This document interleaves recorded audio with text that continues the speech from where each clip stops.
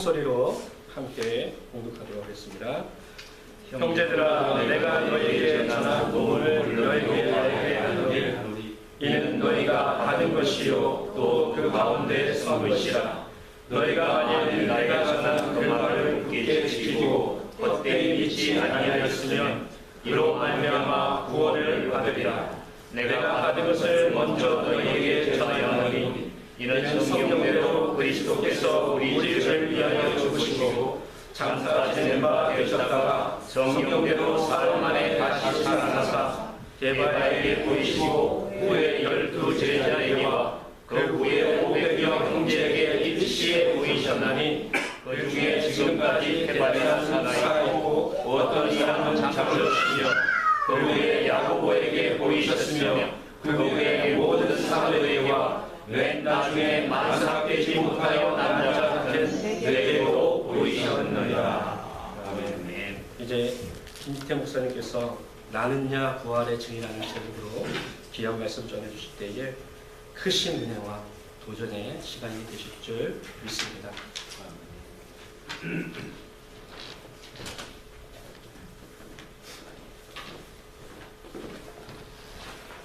그동안 날이 겨울이 그냥 끈질기게 버티고 우리가 봄인가 하면은 눈발이 날리고 그러지만 우리 주님 죽음에서 부활하시듯이 오늘 날씨가 아주 그냥 얼마나 화창한지 저도 코트도 다 벗어 제치고 이제 드디어 봄 기운이 그냥 제 옷에도 묻어납니다. 하나님께서 우리 예수님의 부활의 기쁨을 우리 마음 가운데 심어주시는 것 같아요. 우리 말씀 전하기 전에 잠깐 여기 하나 그림 하나 보겠습니다. 여러분 보시면은 무엇인지 아시죠? 지난 2월에 중동의 그 ISIS 이슬라믹 스테이트 그 테러리스트들이 이 에집트의 콥틱 크리스천들입니다. 에집트 크리스천들을 말해서 우리가 콥틱이라고 해요. 21명을 목을 잘라서 죽인 그 끔찍한 장면인데요. 이분들이 죽으면서도 마지막 순간까지 예수를 부인하지 않고 오히려 예수와 외치면서 다 순교했습니다. 그런데 이 가운데 한 사람은 이 콥틱 크리스천이 아니에요. 이 사건 전에는 예수를 믿지 않던 사람이에요. 그런데 이 테러리스트들한테 이 납치되어 올 적에 묻어왔습니다. 묻어왔는데 이 사람은 그 20명의 이 콥틱 크리스천들이 마지막까지 예수를 부인하지 아니하고 신실하게 순교하는 걸 보고서 그걸 보고서 예수를 믿고 같이 순교했습니다. 이 사건 저는 보면서요, 예수님의 12 제자 가운데 요한을 제외한 11명이 다 순교한 그 사건이 마음속에 떠오르더라고요. 근데 우리가 이 순교한다는 것, 내 목숨을 내놓는다는 거죠. 이게 우리가 상상을 할 수 없는 용기를 수반하는 것입니다. 만약에 우리 앞에 갑자기 우리가 어디 가다가 IS한테 납치를 당해가지고 예수를 부인하고 알라가 하나님이라는 거 한마디만 하면은 너 안 죽일게 그럴 적에 과연 우리가 예수를 끝까지 부인하지 않고 버틸 수 있을 것인가? 제자들도 마찬가지예요. 여러분들 예수님께서 십자가에 달려 돌아가셨을 적에 제자들의 이 행태가 어땠던지 여러분은 다 아실 겁니다. 수제자라는 베드로마저도 예수님 잡히신 그 밤에 예수님에게 잡히시기 전에 큰 소리를 막 땅땅 쳤지요. 그래서 예수님께서 베드로야 내가 닭 울기 전에 나를 3번 부인하리라. 그 말씀 그대로 예수님을 부인하고 마지막 3번째에는 예수님을 저주까지 했습니다. 이 상황은요, 다른 제자들도 다를 바가 없어요. 주님 돌아가실 적에 요한만 예수님 십자가 달렸을 적에 있을지 다른 사도들은 전부 뿔뿔이 흩어졌습니다. 주님 돌아가시고 나서도 복음을 전하겠다는 뜨거운 자세 전혀 없었습니다. 다들 고기 잡으러 가서 지금 생업으로 돌아가서 완전히 믿지 않는 사람과 같아졌던 사람들이에요. 근데 이 사람들이 변해가지고서 그러고서 불과 300년이 지나지 않아서 로마가 기독교화되는 그런 사건이 일어났습니다. 380년에는 완전히 기독교가 로마의 국교가 되었고요. 지금 이제 2000년이 지난 현재는요, 사실은 세계 복음화가 지금 우리 바로 코앞에 닥쳐왔습니다.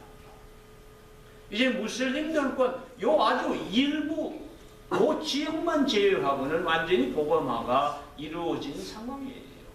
저는 이걸 보면서 과연 무엇이 이 제자들이 그 비겁하고 용렬하고 지만 출세하겠다는 그런 세상적인 욕심에 사로잡혀 있던 그 제자들이 어떻게 해서 자기의 생명을 바치면서까지 복음을 전함으로 세상을 완전히 뒤집어 엎는 사람들이 될 수 있었던가. 오늘 말씀을 보면서 그 답을 여러분과 함께 찾기를 원합니다. 지금 이 고린도전서 15장은요, 우리가 흔히 부활장이라고 부릅니다. 왜냐하면 이 말씀만큼 예수님의 부활이 우리에게 무엇을 의미하는지를 가장 확실하게 아주 그래픽하게 정말로 보여주는 그런 장입니다. 앞에 보시면은요, 형제들아 내가 너희에게 전한 복음을 너희로 알게 하노니 이는 너희가 받은 것이요 또 그 가운데 쓴 것이라. 너희가 만일 나의 전한 그 말을 굳게 지키고 헛되이 믿지 아니하였으면 이로 말미암아 구원을 얻으리라. 무슨 말이냐면은 교회 다닌다고 다 구원받는 것도 아니고 예수님의 제자였다고 해서 다 구원받는 것도 아니고 구원은요, 복음에 대한 확실한 믿음을 전제로 합니다. 지금 이 한국 교계에도 사실은요, 복음에 대한 확실한 믿음을 전제로 하지 않은 교인들이 엄청나게 많아요. 예수 믿는 것 같지요. 그러나 완전히 눈에 엉뚱한 게 씌어가지고 엉뚱한 거 보고 가요. 신천지 같은 것이 아주 그냥 대놓고 교회가 있는 그런 나라, 희한한 나라예요. 한국이라는 나라는 정말로 희한한 나라입니다. 가장 이단이 행행하는 나라. 확실한 복음이 뭔지에 대해서 몰라. 그 확실한 믿음이 전제되어 있지 않은 믿음 생활을 한다는 사람들이 한인교계는 너무 많아요.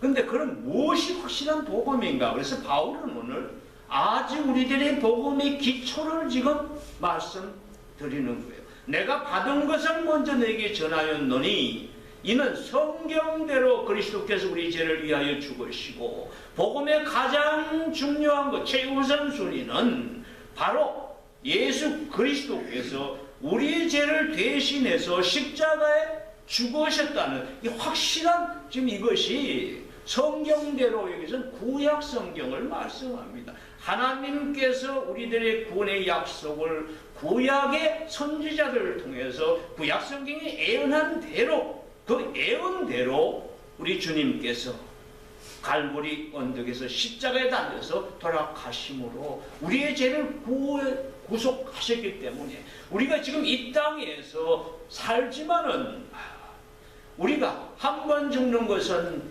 우리에게 정해진 것이죠. 사람에게 정해진 그 후에는 심판이 있으리니 마지막 심판 때에 다 부활해서 우리 주와 함께 영원한 왕노릇하는 그 복음의 요체, 그게 지금 첫 번째고 두 번째는 장사 지낸 바 되었다가 성경대로 사흘 만에 다시 살아나사 성경대로 구약 성경에 예언한 대로 예수님께서 사흘 만에 오늘 부활절 바로 오늘 살아나신 것, 이것이 복음의 요체입니다. 근데 이 두 가지 중에서 어느 한 가지만 빠져도 구원의 복음이 아니에요. 예수님께서 부활하시지 않으셨으면은 우리의 죄를 대신해서 죽으신 것도 그게 지금 확실한 믿음이 아니라는 거예요. 그래서 그 후에 쭉 나오는 게 이제 부활의 정인에 대해서 말씀하시는 거예요. 게바에게 보이시고 후에 12제자에게와 그 후에 500여 형제에게 일시에 보이셨나니, 게바는 여기서 베드로를 얘기합니다. 우리가 베드로라고 하는 페트로스란 말은 히라보 이름이요, 케파스라는 말은 아람어로 바로 바위라는 뜻이에요. 두 가지 같은 말입니다. 베드로에게 보이시고 그 다음에 12제자에게 다도 보이시고 그리고 그 후에 500여 형제에게 일시에 보이셨나니, 우리 주님은 주님의 제자들이 확실하게 이 부활에 대한 믿음을 그냥 눈으로 영혼으로 그냥 영혼에 각인될 정도로 가지기를 원했어요. 왜냐하면 이 부활의 믿음이 없이는 영원 구원에 대한 믿음도 없고 자기들의 부활에 대한 소망도 없기 때문에 그런 제자들을 가지고서는 절대로 이 세상을 변화시킬 수가 없기 때문에 예수님은 그래서 이렇게 500년 일시에 보이실 때 누구도 부인할 수 없게 보이신 거예요.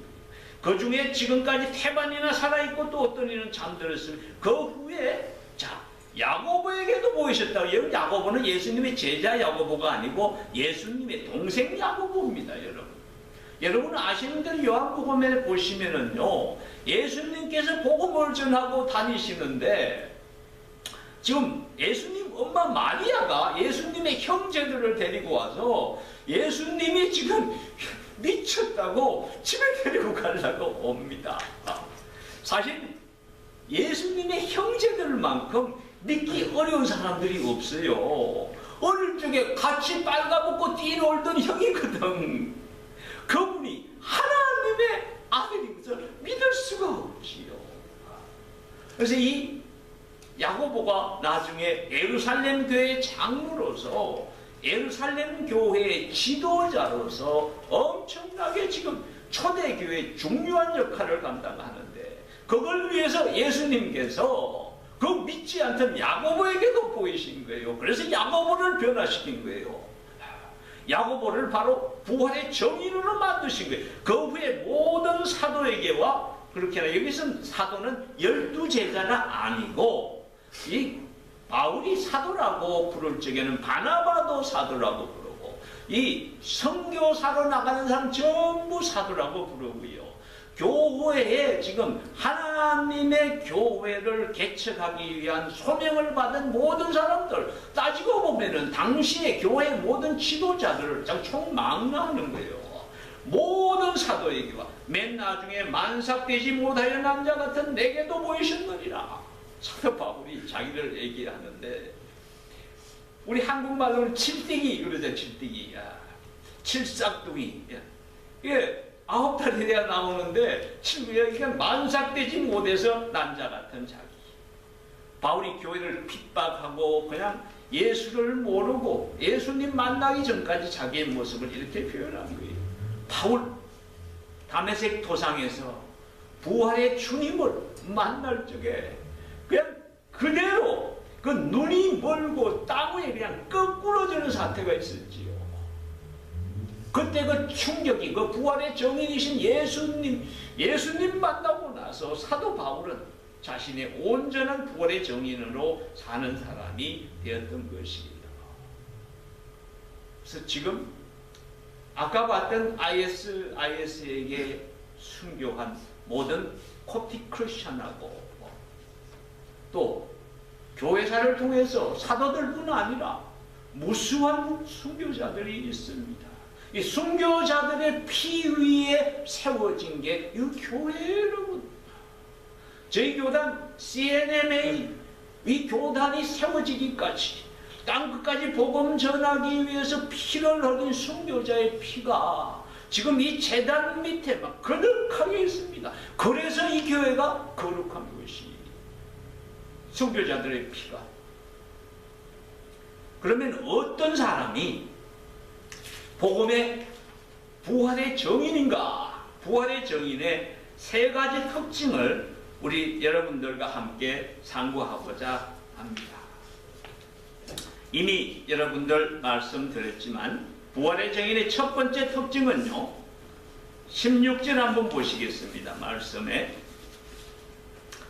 만일 죽은 자가 다시 사는 것이 없으면 그리스도께서 다시 사신 것이 없었을 터이요, 그리스도께서 다시 사신 것이 없으면 너희의 믿음도 헛되고 너희가 여전히 죄 가운데 있을 것이요.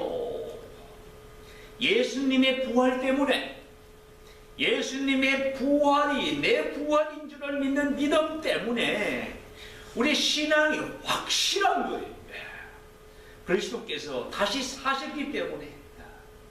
그래서 부활절, 우리 지금 주일이라고 부르는데 어떤 사람들은 안식일이라고 그러는데요. 원래 이 기독교의 주일은요, 예수님 부활하신 부활을 기념해서 지금 있는 게 부활주일이에요. 모든 주일이 사실은 부활 때문에 있는 겁니다.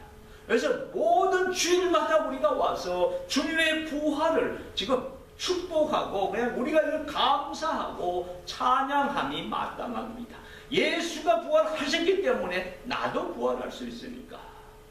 두 번째는요, 인생의 결국이 이 생의 삶이 아니고 죽음 넘어 부활 후에 영원한 영광이기 때문에 이걸 깨달은 사람이에요. 19절에 보시면 만일 그리스도 안에서 우리의 바라는 것이 다만 이 생뿐이면 모든 사람 가운데 우리가 더욱 불쌍한 자리라.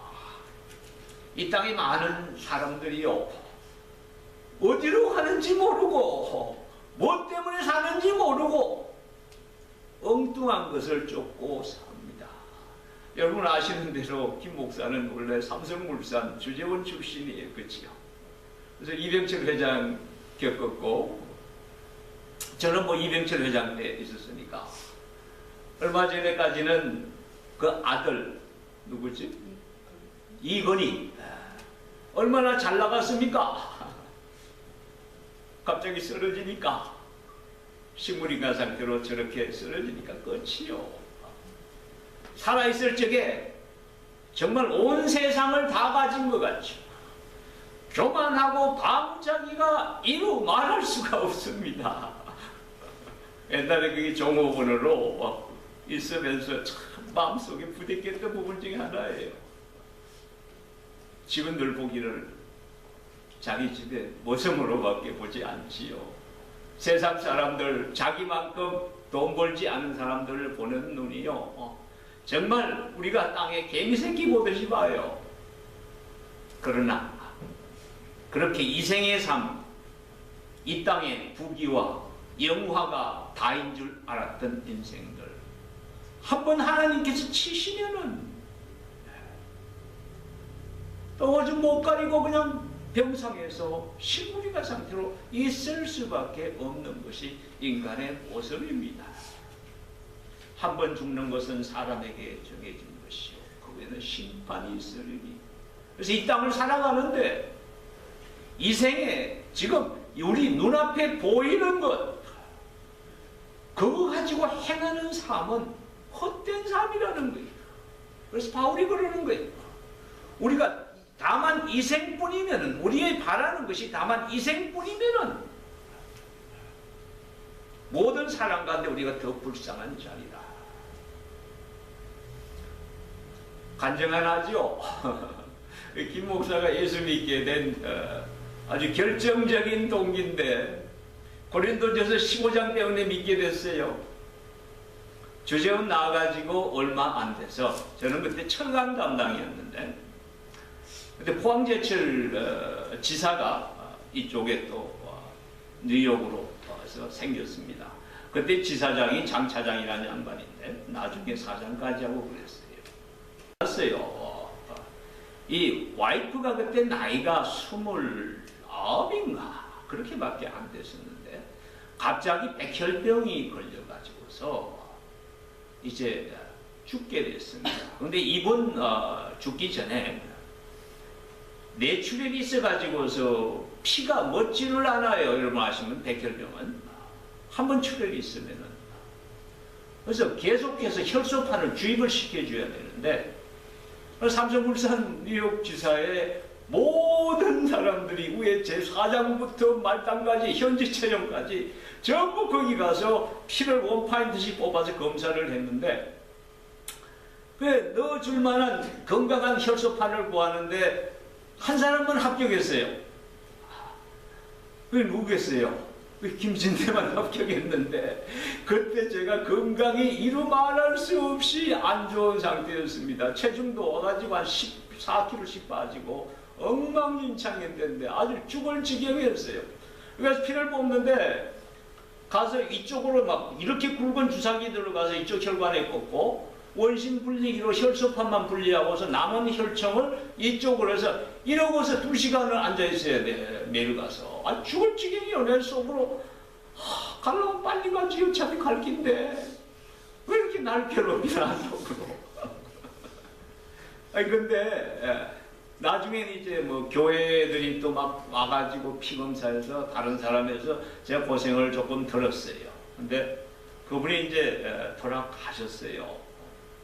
근데 그게 인연이 돼서 장례 모든 절차에 항상 가서 그 집 식구처럼 제가 같이 했어요. 그래서 마지막에 장지가 이 파인론 그 세미트리라고 롱아일랜드에 있습니다. 그때가 지금 요때예요, 여러분.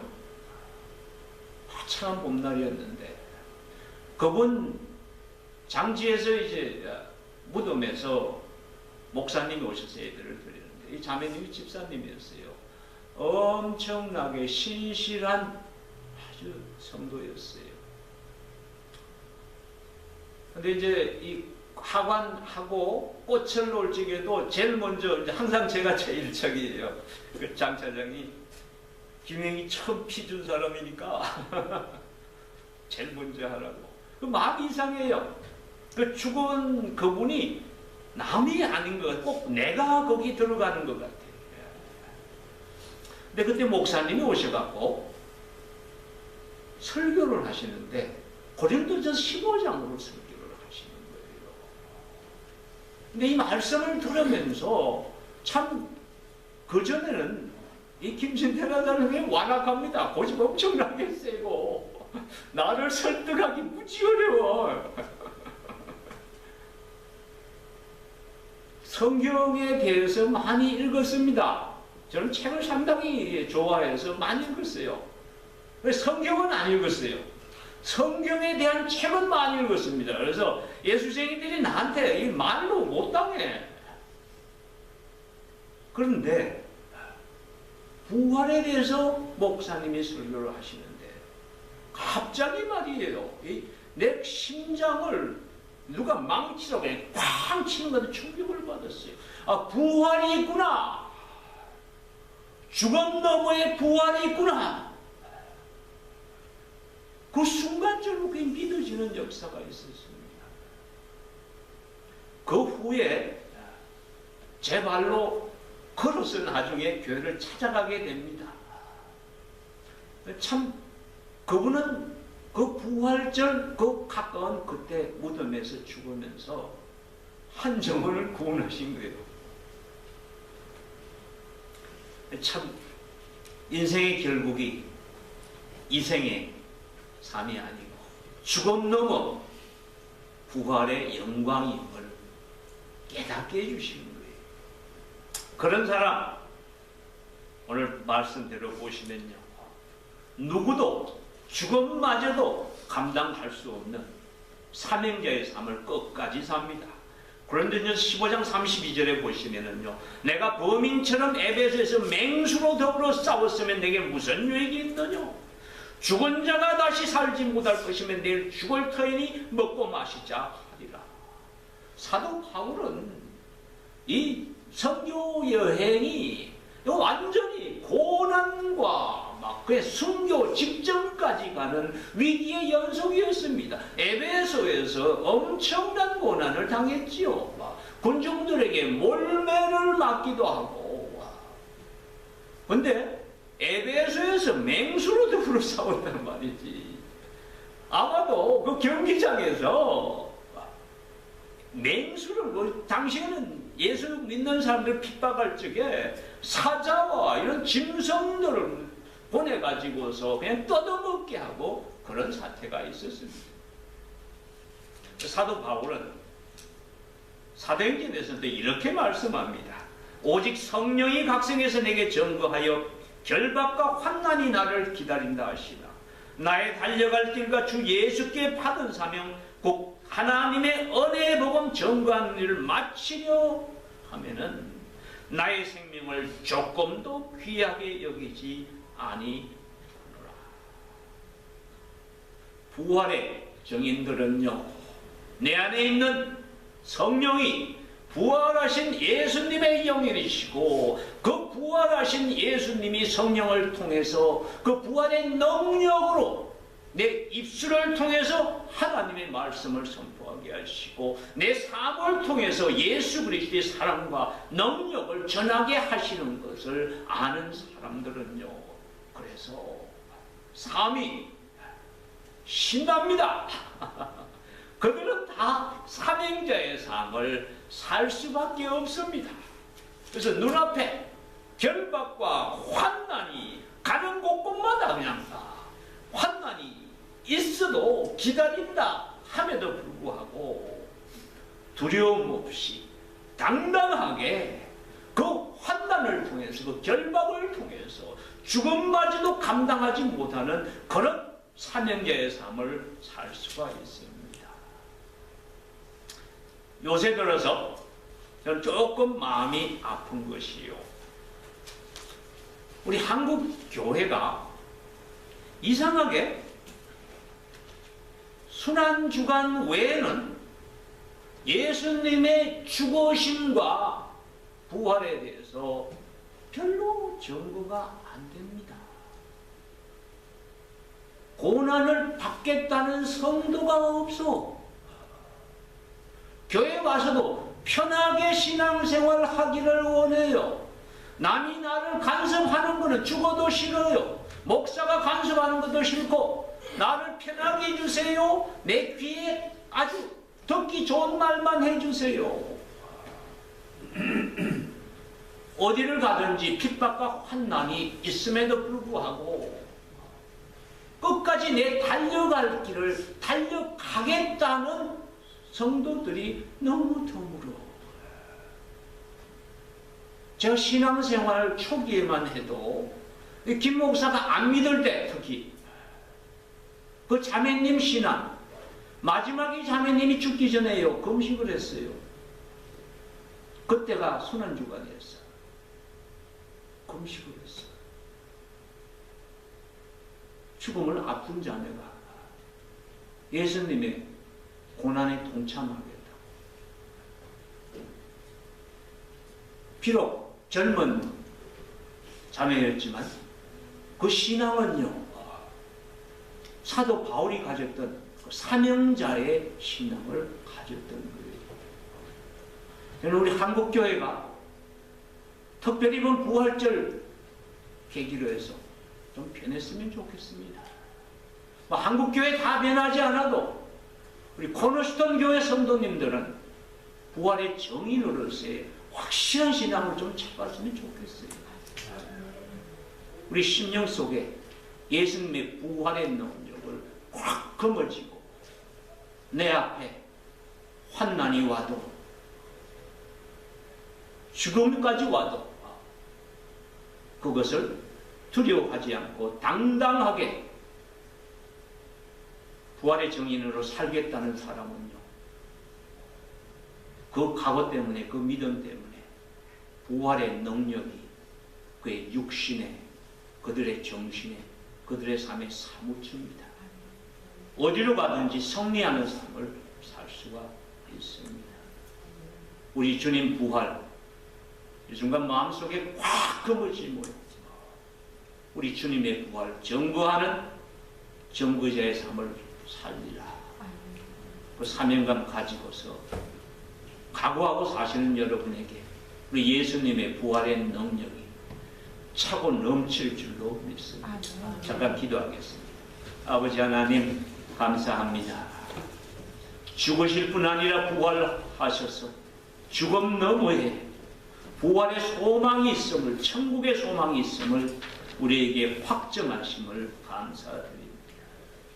이 주님, 부활의 주님 붙들고 나아갈 적에 세상의 어떠한 핍박도 고난도 환난도 우리를 주장할 수 없는 것을 깨닫게 하시니 감사합니다. 모든 것 감사하고 우리 주님 예수님 이름으로 간절히 기도하였습니다.